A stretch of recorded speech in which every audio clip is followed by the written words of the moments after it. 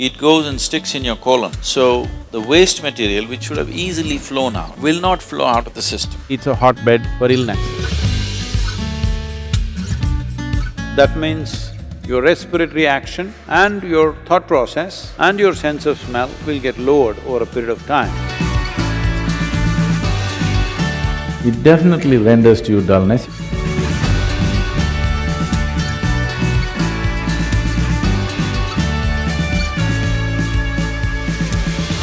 If you eat too much of tuberous material like potatoes and other tuberous substances, you will generate gas which is below the navel. Once you generate gas there, your prana between the navel and the pit of the throat will not function as it should, and the dynamism levels in your system will go down. Among the vegetables, things like radish, this is one of the few things which grow underground and still positive. Carrot, radish, all the other tuberous material like potatoes and potato family are zero pranic, but they cause what is called the stamas. Stamas means it brings a certain inertia into you. We generally advise students and meditators not to eat potatoes and its family because they increase the sleep quota. Both for the student who's studying and for the meditator, the biggest enemy is the sleep, you know. If you close your eyes and sit, if you open the textbook is a great tranquilizer, isn't it? And on top of it, if you're on a potato diet, you'll fall asleep instantly.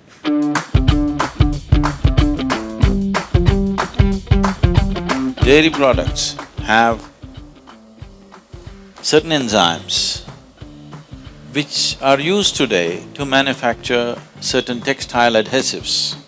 These adhesives are not water-soluble. So when you consume lot of dairy product, it goes and sticks in your colon. So the waste material which should have easily flown out will not flow out of the system.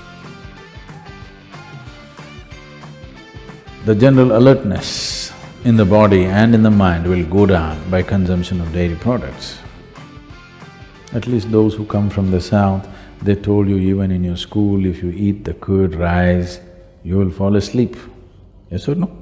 If somebody is sleepy, it's a common thing in South India, na thair sadam saapittu vandiya. Everybody knows it makes you dull, but the teacher also eats, that's a problem.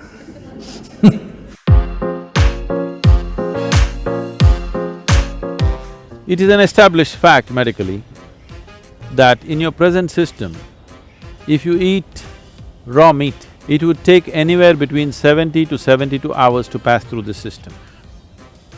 If you eat cooked meat, it would take 50 to 54 hours to pass through the system. If you eat cooked vegetarian meals, it will take 24 to 30 hours to pass through the system. If you eat an uncooked vegetable, it will take 12 to 15 hours to pass through the system.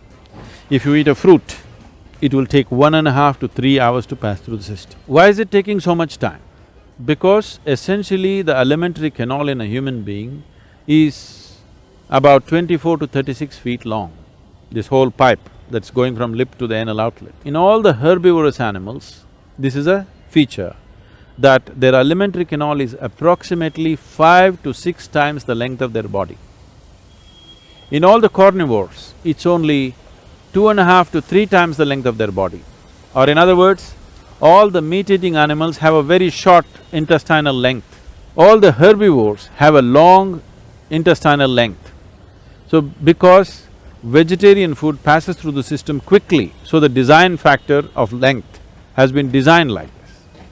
So when you eat meat and keep in the system for a long time, definitely it's a hotbed for illness. In many ways you will create it.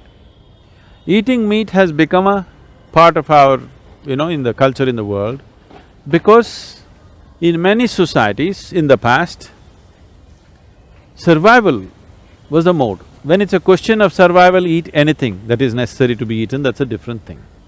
Once survival is taken care of, that's when you choose.